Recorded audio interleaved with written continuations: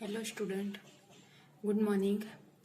આગળના લેક્ચરમાં આપણે ડિસએડવાન્ટેજ ઓફ ડીબીએમએસમાં આપણે ફર્સ્ટ જોયું હતું કે ડેટા રિડન્ડન્સી અને નેક્સ્ટ આવશે એની અંદર આપણો ડેટા ઇનકન્સિસ્ટન્સી. ડેટા ઇનકન્સિસ્ટન્સી એટલે કે ડેટા ઇનકન્સિસ્ટન્સી કઈ રીતે વર્ક કરે છે. તો due to data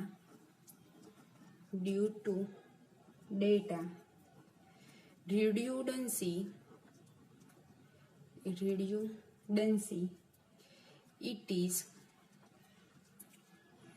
possible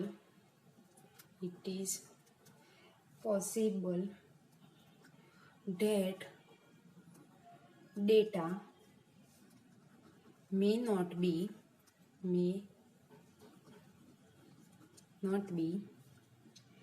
in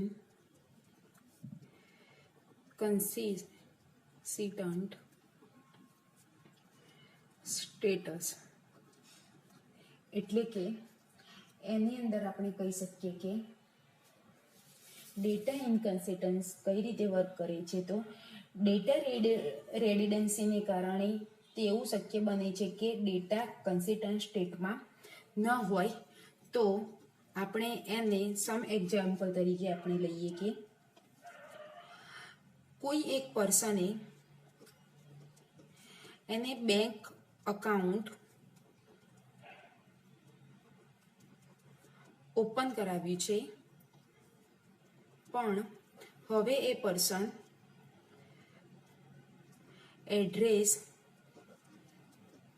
change કરે છે અને બેંક એકાઉન્ટમાં પહેલાનું એડ્રેસ છે. તો હવે શું બનશે, તો હું તમને ડીપમાં સમજાવું કે કોઈ એક કસ્ટમરે તેનું એડ્રેસ ચેન્જ કર્યું અને તે કસ્ટમર બે અકાઉન્ટ ઓપન કરાવેલા છે. તે છે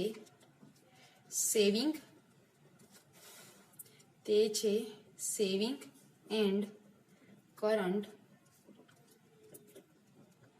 અકાઉન્ટ. ઓકે, તો તેવું બને કે એડ્રેસ ચેન્જને કારણે એક જ અકાઉન્ટમાં એડ્રેસ ચેન્જ થાય છે અને બીજા એકાઉન્ટમાં એડ્રેસ એટલે ચેન્જ થતું નથી. તો તેને કારણે તે પર્સન છે બંને એકાઉન્ટમાં કરંટ અને સેવિંગ એકાઉન્ટમાં અલગ એટલે કે ડિફરન્ટ એડ્રેસ જોવા મળે છે. અને તેને કારણે ડેટા ઇનકન્સિસ્ટન્સી મીન્સ કે તેને કારણે ડેટા ઇનકન્સિસ્ટન્સી થાય છે. નેક્સ્ટ આપણો ટોપિક આવશે એની અંદર ડિફિકલ્ટી ઇન એક્સેસિંગ ડેટા. તો ડિફિકલ્ટી ઇન એક્સેસિંગ ડેટા કઈ રીતે વર્ક કરે છે તે જોઈશું આપણે. તો ડિફિકલ્ટી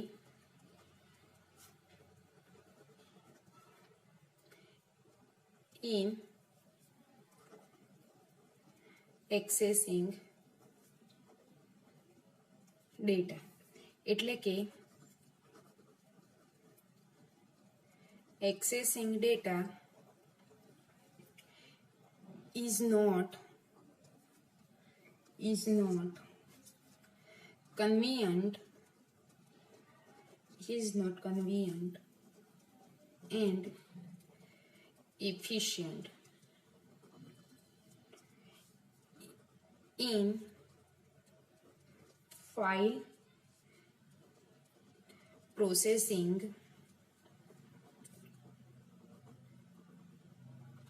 system. તો ડેટા ડિફિકલ્ટી ઇન કન્સ્ટ્રક્શન ડેટામાં એવું બને છે કે ફાઇલ પ્રોસેસિંગ સિસ્ટમ વખતે ડેટાને એક્સેસ કરવો એટલે કે ડેટાને એક્સેસ કરવા માટે ઇનકન્સિસ્ટન્ટ અને એફિશિયન્ટ હોતી નથી. તો સમ એક્ઝામ્પલ તરીકે હું તમને કહું કે કોઈ એક પ્રોગ્રામર છે,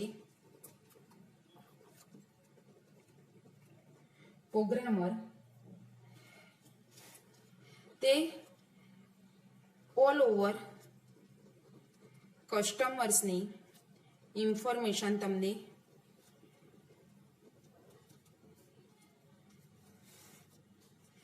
ફાઇન્ડ કરી આપે છે. પણ જો કોઈ સ્પેસિફિક સિટીના કસ્ટમરની માહિતી જોઈતી હોય તો કોઈ એક સિટીના પર્સનની ઇન્ફોર્મેશન જોઈતી હોય તો એમાં આપણે એને બે રીતે આપણે તેને ફાઇન્ડ કરી શકીએ છીએ. તો ફર્સ્ટ આવશે કે પહેલા પ્રોગ્રામ તેનો યુઝ કરી અને તે સિટીના કસ્ટમરના નામ શોધે છે, એટલે કે સ્પેસિફિક સિટીના કસ્ટમરના તે નામ શોધે છે અને પછી તેને મેન્યુઅલી એક્સટ્રેક્ટ કરે છે. એટલે કે પહેલા પ્રોગ્રામર સિટીના પર્સનની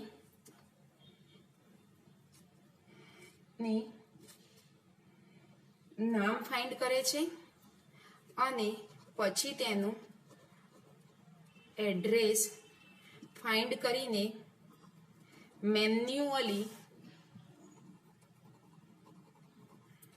એક્સટ્રેક્ટ કરે છે. તો આ જે છે પ્રોગ્રામર પહેલું જે રૂલ્સ છે એ ફોલો અપ કરે છે. જો આ રૂલ્સથી એને તે સિટીના પર્સનનું એડ્રેસ કે નામ શોધવામાં તકલીફ પડે તો એ બીજો રૂલ્સ અપનાવે છે અને તે છે તે ફરીથી એ પ્રોગ્રામર છે પ્રોગ્રામ બનાવે છે અને તેની મદદથી એ ડેટા ફાઇન્ડ કરે છે.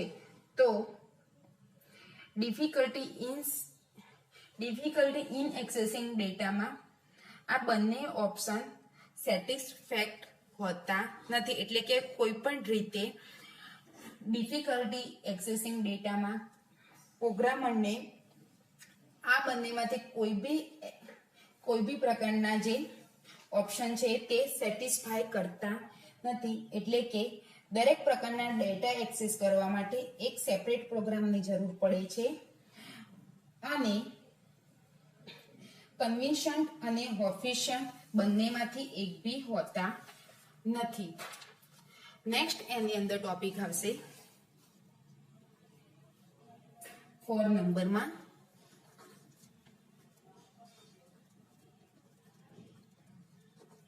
Limited data sharing. એટલે કે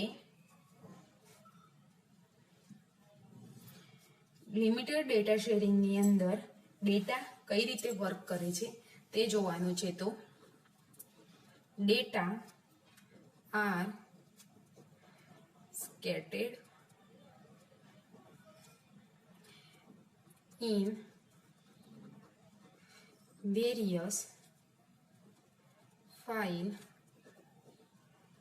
also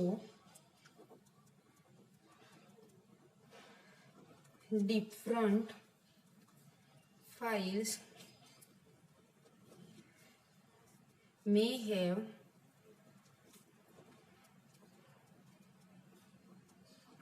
may have different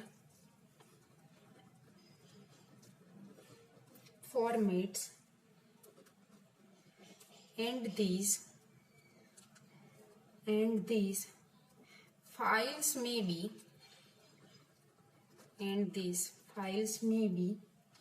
stored in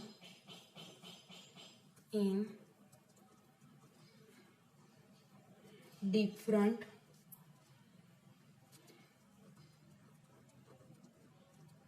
folders, may be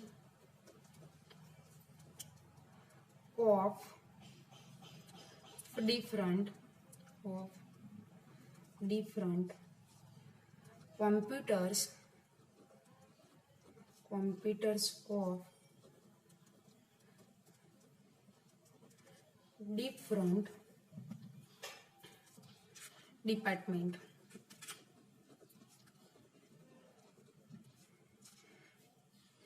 એટલે કે હું તમને સમજાવું કે ડેટા લિમિટેડ શેરિંગ વખતે શું પ્રોબ્લેમ થાય છે. તો ડેટા ડિફરન્ટ ફાઇલમાં સ્ટોર થાય છે, એટલે કે ડિફરન્ટ ફોર્મેટ્સમાં તે સ્ટોર થાય છે અને અલગ અલગ ફાઇલની ફોર્મેટ એટલે કે જે ડેટા સ્ટોર થયેલા છે એની ફાઇલ અલગ અલગ હોય છે. આ અલગ અલગ ફાઇલ્સના અલગ અલગ ફોલ્ડરમાં અલગ અલગ કોમ્પ્યુટરમાં હોય છે, એટલે કે તમે જે ડેટા સ્ટોર કરો છો એ અલગ અલગ પ્રકારના હોય છે અને એ જે ડેટા સ્ટોર થાય છે તે અલગ અલગ ફાઇલ નામે સ્ટોર થાય છે અને એ સ્ટોર થયેલા ડેટા અલગ અલગ ફોલ્ડરમાં અલગ અલગ કોમ્પ્યુટરમાં હોય છે. એના લીધે લિમિટેડ ડેટા શેરિંગનો પ્રોબ્લેમ ઉત્પન્ન થાય છે. નેક્સ્ટ આપણો હવે ટોપિક આવશે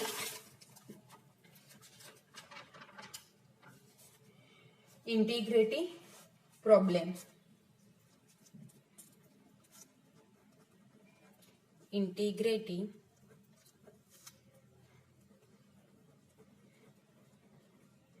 પ્રોબ્લેમ્સ. તો data integrity means data integrity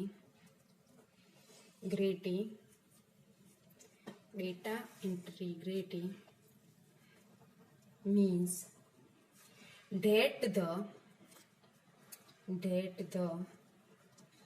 data contained in the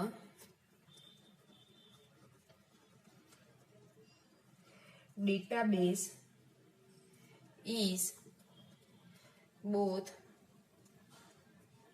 correct and consistent. એટલે કે ડેટા ઇન્ટિગ્રેટેડનો મતલબ એ થશે કે ડેટાબેઝમાં આવેલા ડેટા કરેક્ટેડ અને કન્સિસ્ટન્ટ બંને છે, તો જ એવું બની શકે કે ડેટાબેઝમાં સ્ટોર કરવામાં આવતો ડેટા અમુક રૂલ્સ ફોલો કરે છે. એટલે કે જે ડેટા તમે સ્ટોર કરો છો એટલે કે કન્ટેન કરો છો તે ડેટાબેઝ કરેક્ટ અને કન્સેન્ટ હોય તો જ ડેટાબેઝની અંદર તે અમુક રૂલ્સ ફોલો કરે છે. તો સમ એક્ઝામ્પલ તરીકે હું લઉં કે કોઈ એક અકાઉન્ટ તમારા અકાઉન્ટનું બેલેન્સ 0 બતાવે છે. ઓકે, તો એકાઉન્ટની અંદર 0 કરતા બેલેન્સ ઓછું ના હોવું જોઈએ તો જ આ પ્રકારના કન્સ્ટ્રેન્ટ એપ્લિકેશન પ્રોગ્રામમાં એડ કરી શકાય છે. પરંતુ જો નવા કન્સ્ટ્રેન્ટ એડ કરવામાં આવે ત્યારે કોઈ ખાતાની બેલેન્સ 0 કરતા ઓછી હોવી જોઈએ નહીં અને પ્રોગ્રામમાં વારંવાર ચેન્જ કરવો તે ઇઝી ટાસ્ક નથી. એટલે કે જો તમારું એકાઉન્ટમાં બેલેન્સ 0 હોવું જોઈએ નહીં તો ડેટા ઇન્ટિગ્રિટી જેવો પ્રોબ્લેમ થાય છે. અને જ્યારે તમે નવો કન્સ્ટ્રેન્ટ્સ અંદર એડ કરવા માંગો છો જ્યારે તમે ખાતામાં કોઈક નવું એડ કરવા માંગો છો ત્યારે 0 કરતા ઓછું બેલેન્સ હોય તો તે ટાસ્કને ફરીથી ચેન્જ કરવો ઇઝી હોતો નથી. એટલે એ ટાસ્કને પૂરો કરવા આપણે બહુ મહેનત કરવી પડે છે. નેક્સ્ટ એની અંદર ટોપિક આવશે 6 નંબરમાં Atomicity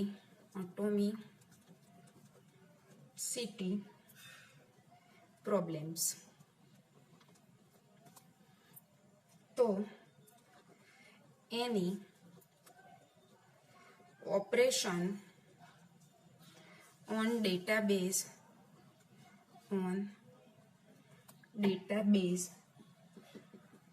must be atomic.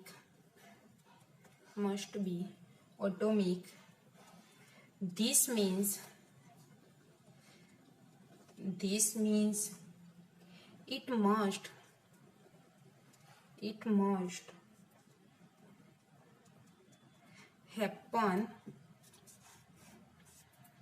happen in its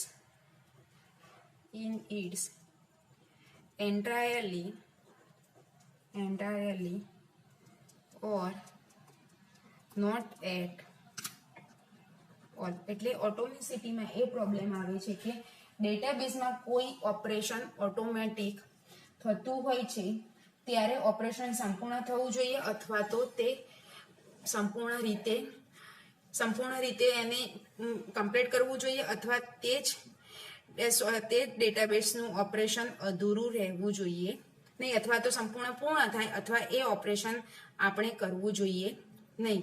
તો સમ એક્ઝામ્પલ તરીકે હું તમને કહું કે તમે કોઈ એક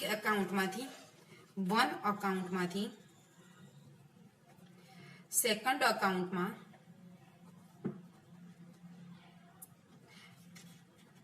મની ટ્રાન્સફર કરાવો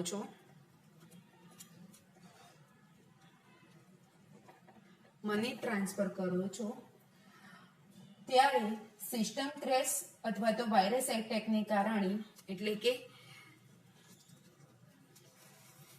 સિસ્ટમ ક્રેશ અથવા વાયરસ એટેકને કારણે તમે જે મની ટ્રાન્સફર કરાવો છો એ ફેલ જાય છે અને તમે 5000 એક ખાતામાંથી તમારા ડિટેક્ટ થઈ જાય છે પરંતુ બીજા ખાતામાં ક્રેડિટ થતા નથી. એટલે કે વાયરસ એટેકને કારણે તમારી સિસ્ટમ ફેલ જવાને કારણે તમારા ખાતામાંથી 500 રૂપીસ ડિટેક્ટ થાય છે પણ સેકન્ડ અકાઉન્ટમાં તે ડિટેક્ટ એટલે કે સેકન્ડ એકાઉન્ટમાં તે ક્રેડિટ થતા નથી અને આને ડેટાબેઝને ઇનકન્સિસ્ટન્સી સ્ટેજમાં મૂકી રાખે છે. એટલે કે ડેટા ટ્રાન્સફર ન થવાને કારણે ડેટા ઇનકન્સિસ્ટન્સી જેવો પ્રોબ્લેમ થાય છે. નેક્સ્ટ આપણો એની અંદર ટોપિક આવશે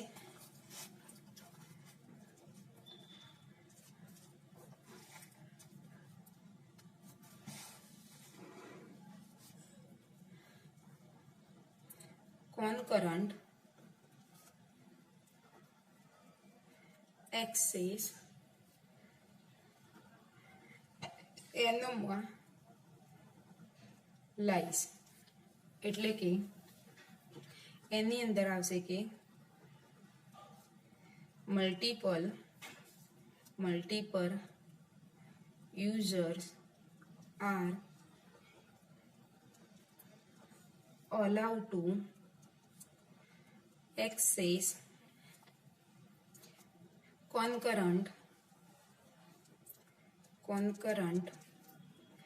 This is for the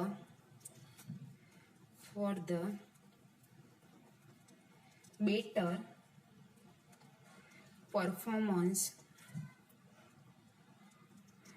and faster response. એટલે કે હવે કોનકરન્ટ એક્સેસ એનોમલીમાં એક કરતાં વધારે યુઝર એક જ ડેટાને કોનકરન્ટ એક્સેસ કરે છે તેને કારણે પરફોર્મન્સ વધારે સારું અને ફાસ્ટર એનો રિસ્પોન્સ આપણને મળે છે. તો કોઈ એક એક્ઝામ્પલ હું તમને કહું તો તમે સાંભળજો ધ્યાનથી, તો કોઈ એક અકાઉન્ટમાંથી તમે અમુક રૂપીસ છે તે ડેબિટ કરો છો અને પ્રોગ્રામ જૂની બેલેન્સ જોવે છે, એટલે કે જે સિસ્ટમની અંદર જે પ્રોગ્રામ છે એ પોતાની જૂની બેલેન્સને ચેક કરે છે, પણ નવા બેલેન્સની શીટને તે ચેક કરતો નથી. તો પછી કે નવી બેલેન્સ ડેટાબેઝમાં તે અપડેટ કરે છે. તો કોઈ એક અકાઉન્ટમાંથી તમે 5000 રૂપીસ તમે કોન્કરન્ટ કરો છો, તો હવે તે અકાઉન્ટમાં તમને 1000 અથવા 2000 ડેબિટ થયેલા છે તેવું તે ખાતામાં બેલેન્સ બતાવે છે, પરંતુ 4000 અથવા 3000 આપણને ખાતામાં દેખાય છે ત્યારે એકચ્યુઅલીમાં તે 2000 જ હોય છે, પણ તેની પહેલા થયેલા ટ્રાન્ઝેક્શનના કમ્પ્લીટન ટાઈમ પર તે ડિપેન્ડ રાખે છે. એટલે કે તમે જ્યારે એક ખાતામાંથી અમુક પૈસા ડેબિટ કરાવવા માંગો છો, તો પ્રોગ્રામર છે એ જૂની શીટને તે જોવે છે, પણ નવી શીટને ચેક કરતો નથી. ત્યારે જ તમે જે અંદરથી તમે જે રૂપીસ ઉપાડો છો તે ઓરિજિનલ બતાવવાનું